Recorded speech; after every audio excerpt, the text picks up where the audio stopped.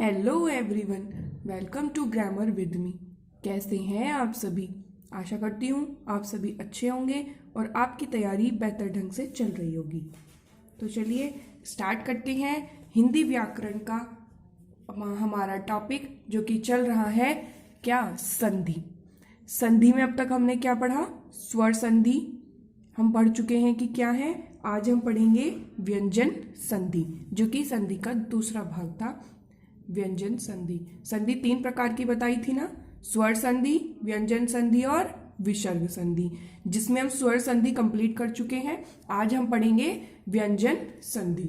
Okay, तो चलिए देखिए, व्यंजन संधि क्या है, जिसमें जब हम संधि का विच्छेद करें तो उनमें से कोई एक ध्वनि क्या हो, व्यंजन हो। ओके, तो इसके कुछ रूल्स हैं बनाने के, उन रूल्स को हम यहाँ पर पढ़ेंगे। रूल नंबर फर्स्ट आता है, स्पर्श व्यंजन वर्ग के प्रत्येक प्रथम वर्ण का अपने ही वर्ग के तीसरे वर्ण में बदल जाना। कैसे? देखिए, पहले मैं आपको बता दूं, जब मैंने आपको वर्णमाला पढ़ाई थी तो वहां पर मैंने आपको स्पर्श व्यंजन बताए होंगे कि क्या होते हैं। वर्ग बताए थे ना, 5-5 के वर्ग थे। देखिए, पहले देख लेते हैं क्या था वो। मैंने आपको ये वर्ग बताए थे स्पर्श व्यंजन में। क वर्ग था, जिसमें क्या आता है, क ख ग घ अण, और ये इसका समूह पहला, दूसरा, तीसरा, चौथा, पांचवा। इसी तरह च वर्ग था, च छ ज झ अण। टा वर्ग ट ठ ड ढ अण। ता वर्ग त थ द ध न। पा वर्ग प फ ब भ म। ठीक है, तो इनको देख, ये याद रखिए। अब हम अपने संधि के रूल्स पढ़ते हैं। क्या था कि स्पर्श व्यंजन वर्ग के प्रत्येक प्रथम वर्ण का अपने ही वर्ग के तीसरे वर्ण में बदल जाना। प्रथम वर्ग क्या होगा? जो क वर्ग था उसका क, च वर्ग का च, त वर्ग का त, ट वर्ग का ट और पा वर्ग का पा। जब इनका मेल किससे हो, दूसरी ध्वनि में, कोई स्वर या स्पर्श व्यंजन वर्ग हो, वर्ग का तीसरा या चौथा वर्ण या पांचवा वर्ण, या फिर य र ल व ह में से कोई एक हो दूसरी ध्वनि। यहाँ पर पहली ध्वनि तो इनमें से कोई एक होगी और दूसरी ध्वनि इनमें से कोई एक हो, तो वो क्या होगी, नई ध्वनि क्या होगी, ये अपने से तीसरे वर्ण में बदल जाएगी।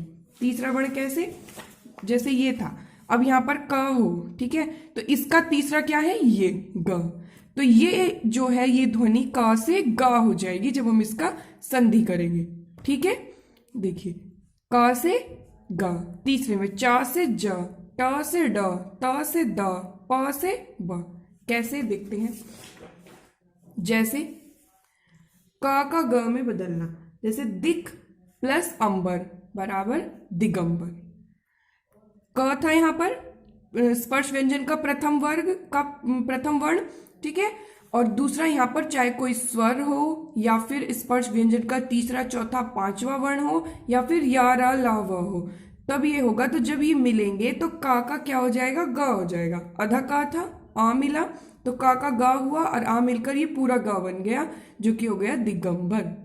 ठीक है, और देखिए, वाक प्लस ईश्वरी, तो यहां पर भी क ई से मिला तो ग हो गया वागीश्वरी।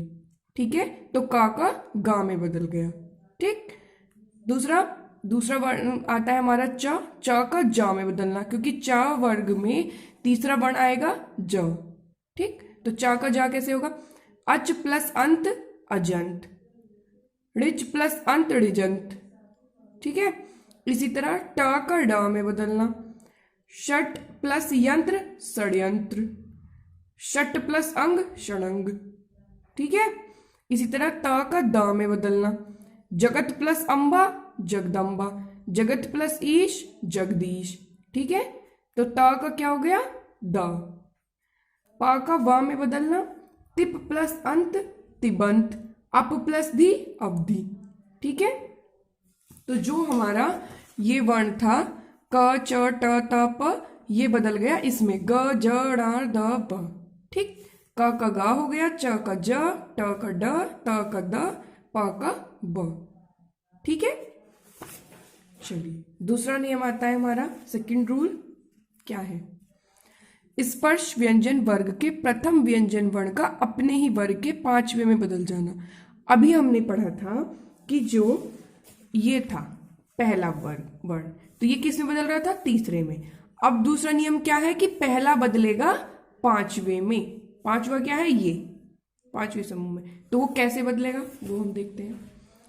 प्रथम ध्वनि तो होगी क च ट त प, मतलब प्रथम वर्ण सभी वर्ग का, ठीक। द्वितीय ध्वनि क्या दी होगी? ण ण न, मतलब पांचवा वर्ण। अगर पहले वर्ण का पांचवें वर्ण में के साथ मेल होता है तो वो इस पांचवें में ही बदल जाएगा। कैसे? क प्लस म किस में बदल गया? पांचवें वर्ण में। तो वाक प्लस में वाण में, च प्लस न णा में बदल गया, या फिर अंग की बिंदी जो अणा की मात्रा लगती है। अच प्लस नाश अन्नास, ट प्लस म अणा में बदल गया, षट प्लस मास षण्मास, त प्लस न ना में ही बदल जाएगा, उत प्लस नयन उन्नयन, ठीक है। प प्लस मां में बदल गया, अप प्लस में अमीय, ठीक। चलिए तीसरा नियम आता है दंत्य ध्वनि ता के मेल से संबंधित नियम। अब तो ता ध्वनि के मेल से कुछ नियम है वो देख लेते हैं। पहला क्या कि जब ता प्लस चा या छ, मतलब ता का मेल चा या छा के साथ होता है तो ता का चा में बदल जाना। तो ता किस में बदल जाता है? चा में बदल जाता है। कैसे? उत प्लस चारण उच्चारण, ता और यहां पर क्या है? च, तो ये ता भी चा में ही बदल जाएगा, जो कि हो गया देखिए उच्चारण, ठीक है। दूसरा क्या? त प्लस ज या झ, अगर ता के साथ में ज या झ हो तो क्या होगा? ता का जा में बदल जाएगा। मतलब जो ध्वनि यहां पर होगी ना, ये ता के साथ अगर दी होगी ये, तो ये इसी में बदल जाएगी। कैसे? सत प्लस जन सज्जन, ये तो रहेगी ही, जो ता है ता का बदल कर जा हो जाएगा, तो सत प्लस जन सज्जन, ठीक है। उत प्लस ज्वल उज्ज्वल, ता का जा हो गया, ठीक। नेक्स्ट त प्लस टा, अगर ता के साथ में टा का मेल टा से होता है तो ता के स्थान पर भी टा हो जाएगा, मतलब ये जो है वो इसी में बदल जाएगा। व्रत प्लस टीका व्रत टीका, ठीक। आगे ता प्लस डा, ता के का मेल अगर डा से होता है तो ता का डा में बदल जाना। उत प्लस डयन उड्डयन, ता प्लस ला, तो ता का ला में बदल जाना। वही चीज है, जो चीज यहां पर दी गई है तो वो ता इसी में बदल जाएगा, ठीक। ये याद रखना है बस आपको। तो उत प्लस लास उल्लास, उत प्लस लेख उल्लेख, ठीक है। त प्लस श हो तो ता का, तो देखिए अब यहां पर देखिए, अगर पहला वर्ण ता हो और दूसरा वर्ण श हो, दूसरी ध्वनि, तो क्या होगा? जो ता है उसका तो चा हो जाएगा और जो शा है उसका हो जाएगा छ। कैसे? उत प्लस श्वास उच्छ्वास, उत प्लस शासन उच्छासन, तो ता का हो गया च और शा का हो जाएगा छ। बस आपको याद रखना, अगर शा यहां पर दिया गया है तो ता का चा हो जाएगा और शा का छ हो जाएगा, ठीक। आगे ता प्लस हा, अगर ता के साथ में हा आता है दूसरा तो ता का द हो जाएगा और हा का ध हो जाएगा। तत् प्लस हित तद्धित, पत प्लस हति पद्धति, ठीक है। समझ आया? तो ये था ता के नियम कि अगर ता के साथ में जो भी वर्ण प्लस में आएगा तो ये उसी में बदल जाएगा। बस दो चीजें याद रखनी है आपको, अगर श दिया है तो ता का चा होगा, चा का छ, और ह दिया है तो ता का दा होगा, ह का धा। बस ये याद रखना है, ठीक है। समझ आया? चलिए आगे का रूल देखते हैं। नेक्स्ट रूल नंबर 4, यदि किसी स्वर ध्वनि का मेल छ व्यंजन से हो तो छ से पहले च आ जाता है। समझ आ रहा है कि अगर पहली ध्वनि यहां पर क्या हो? कोई स्वर हो और दूसरी ध्वनि क्या हो? छ, तो क्या होगा? छ का चा हो जाएगा। कैसे? जैसे स्व प्लस छंद, अब यहां पर आ है, व में आ तो छुपा हुआ है ना स्वर, तो आ है प्लस छा है तो इसका क्या हो जाएगा? छा का यहां पर चा आ जाएगा, छा से पहले चा आ जाएगा, मतलब बदलेगा नहीं, उससे पहले आ जाएगा, तो स्वच्छंद। अनु प्लस छेद, ऊ है यहाँ पर, स्वर है ना ऊ, और यहाँ पर छा है तो छा से पहले चा आ जाएगा, तो अनुच्छेद, ठीक है। परि प्लस छेद परिच्छेद। तो क्या याद रखना है कि यदि किसी स्वर ध्वनि का मेल किसी व्यंजन में छा व्यंजन से होता है तो छ से पहले च आ जाता है, आधा च। ठीक, चलिए आगे। री, रे या श का मेल न से हो तो न की जगह अणा हो जाता है। कैसे? वर प्लस न वर्ण, प्रा प्लस न प्राण, प्रा प्लस नाम प्रणाम, परी प्लस नाम परिणाम। समझ आया क्या कह रहे हैं यहाँ पर? कि अगर जो हमारी ये री से री सी है, मूर्धन्य जो वर्ण है स्वर में आता है ये, और र या श, इन तीन वर्ण का मेल अगर न से होता है तो न के स्थान पर क्या आ जाता है? अणा आ जाता है। ठीक, वर प्लस ना वर्ण, प्र प्लस नाम प्रणाम। ठीक है, समझ आया? अगला नियम देखते हैं, रूल नंबर 6, म व्यंजन के मेल से संबंधित नियम। अब माँ के देखते हैं, जैसे त के देखे थे ना, इसी तरह माँ के भी है। माँ प्लस स्पर्श व्यंजन, अगर माँ के साथ में प्लस में कोई भी स्पर्श व्यंजन आ जाए, स्पर्श व्यंजन कौन से हैं? जो कि क से म तक के हैं, तो माँ का पंचमाक्षर में बदल जाना। माँ किस में बदल जाएगा? पंचमाक्षर। पंचमाक्षर किसको कहते हैं? याद है, बताया था व्यंजन पढ़ाते हुए। देखिए क्या था कि स्पर्श व्यंजन में जो हमारे ये पांचवा समूह होता है वर्ग का पूरा, इसको हम पंचमाक्षर कहते हैं। ठीक, याद आया? तो देखिए, माँ व्यंजन के मेल से संबंधित नियम। तो माँ प्लस स्पर्श व्यंजन माँ का पंचमाक्षर में बदल जाना, तो अलम प्लस कृति अलंकृति। माँ किस में बदल गया? अण, वो जो अणय होता है ना जिसकी अंक की बिंदी लगती है, अलंकृति। सम प्लस कल्प संकल्प, सम प्लस चालन संचालन। ना में बदल गया ये सभी, तो पंचमाक्षर में बदल जाता है अगर माँ के साथ में कोई स्पर्श व्यंजन आ जाए। ठीक है, याद रखना है। और माँ के साथ में कोई अंतस्थ या ऊष्म व्यंजन आ जाए। अंतस्थ व्यंजन कौन से थे? य, र, ल, व। ऊष्म कौन से थे? श, स, स, ह। ठीक, याद आया? तो माँ के साथ में अगर ये आए तो माँ के स्थान पर अनुस्वार हो जाता है। कैसे? सम प्लस सार संसार। अनुस्वार किसको कहते हैं? जो हम ये लिखते हैं, इसको तो कहते हैं अनुस्वार। तो देखिए, सम प्लस सार संसार, सम प्लस योग संयोग, सम प्लस विधान संविधान, सम प्लस शोधन संशोधन। ठीक, समझ आया? चलिए आगे वाला, माँ प्लस माँ। अगर माँ का पहली ध्वनि भी माँ हो और दूसरी ध्वनि भी माँ हो तो क्या होगा? वो माँ ही रहेगा, नो चेंज, कोई चेंज नहीं होगा। हम उसको मिलाकर ऐसे ही लिख देंगे, जैसे सम प्लस मान सम्मान। ठीक है, सम प्लस मति सम्मति। अगर दोनों ही ध्वनि माँ हो तो कोई चेंज नहीं करेंगे, उसको हम ऐसे ही मिलाकर लिख देंगे। ठीक है, आगे का नियम देखते हैं, स व्यंजन के मेल से संबंधित नियम। ई, ऊ आदि स्वर प्लस स हो तो, मतलब ये जो स्वर है ई, ऊ, ई की फैमिली, ऊ की फैमिली, इन स्वर के साथ में, इन स्वरों का मेल किससे हो? सा के साथ हो, तो सा के स्थान पर व हो जाता है। कैसे? वी, यहां पर ई है प्लस सम तो हो जाएगा विषम। नी प्लस छेद निषेध, प्रति प्लस छेद प्रतिषेध, युधिष्ठिर युधिष्ठिर।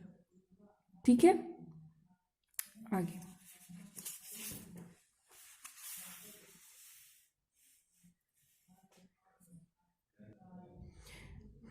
एक सेकेंड, अभी जो मैंने आपको ये बताया था कि स व्यंजन का, स व्यंजन के मेल में बताया था ना इनका, अगर तो स के स्थान पर यहाँ पर श होगा, ये पेट चिरा श जिसको हम कहते हैं, ये वाला हो जाता है।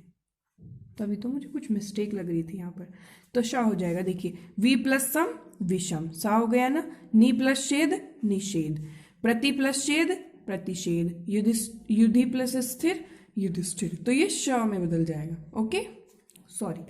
चलिए अब आगे, श प्लस त हो तो त के स्थान पर टा हो जाता है।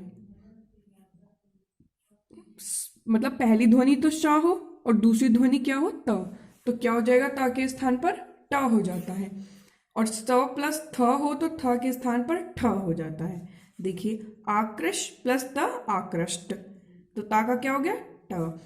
पुष प्लस ती पुष्टि, शश प्लस थ षष्ठ, श्रश प्लस ती सृष्टि, उत्कर्ष प्लस ता उत्कृष्ट, उत्कृष्ट, ईश प्लस ता ईष्ट।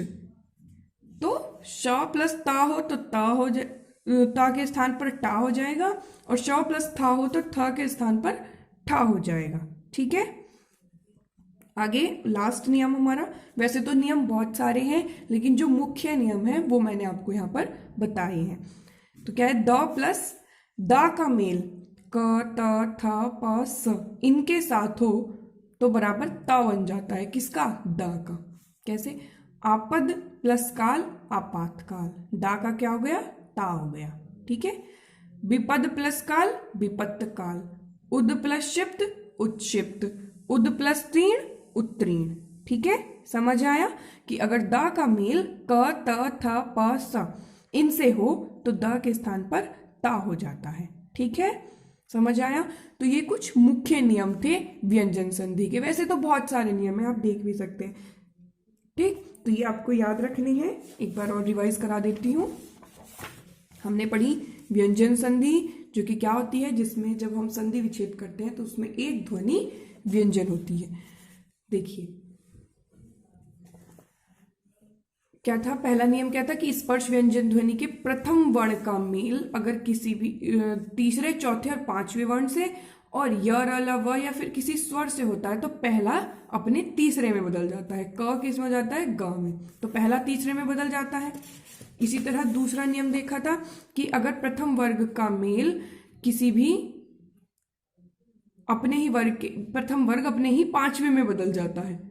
पहला क्या था कि प्रथम वर्ण अपने तीसरे में बदल रहा था, यहाँ पर प्रथम वर्ण अपने पांचवें में बदल जाता है। ठीक है, और फिर और एक ये था थर्ड नियम कि दंत्य ध्वनि ता के मेल से संबंधित क्या था कि ता के साथ अगर च छ आए तो ता का च हो जाता है, मतलब ता के बाद में यहाँ पर जो भी ध्वनि होगी ता उसी में बदल जाएगा।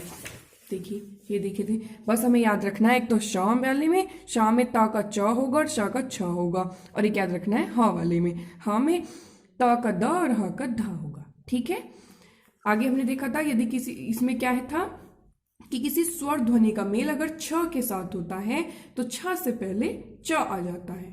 ठीक, आगे देखा था री रे रेश, ये इन तीनों वर्णों का मेल अगर ना से होता है तो ना की जगह पर ना आ जाता है। ठीक है, और फिर माँ से संबंधित थे कि माँ के साथ में स्पर्श व्यंजन अगर आए तो अपना ये किसमें पंचमाक्षर में बदल जाता है, और अंतस्थ या ऊष्म व्यंजन आए तो ये अनुस्वार में बदल जाता है। ठीक, और दोनों ही अगर माँ माँ दिए हुए हो तो क्या हो जाए, वो उसमें कोई चेंज नहीं होता, हम उसको ऐसे ही लिख देते हैं, नो चेंज।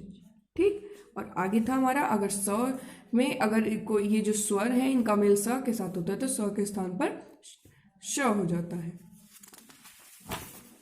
और आगे था हमारा श का मेल अगर ता के साथ करते हैं ता के स्थान पर टा, और था के साथ करते हैं तो थ के स्थान पर ठा हो जाता है। और लास्ट था हमारा द का मेल अगर हम इन वर्ण इन व्यंजन से क त थ प स से होता है तो द का मेल ता से हो जाता है। ठीक है, आप आई होप समझ आया आपको,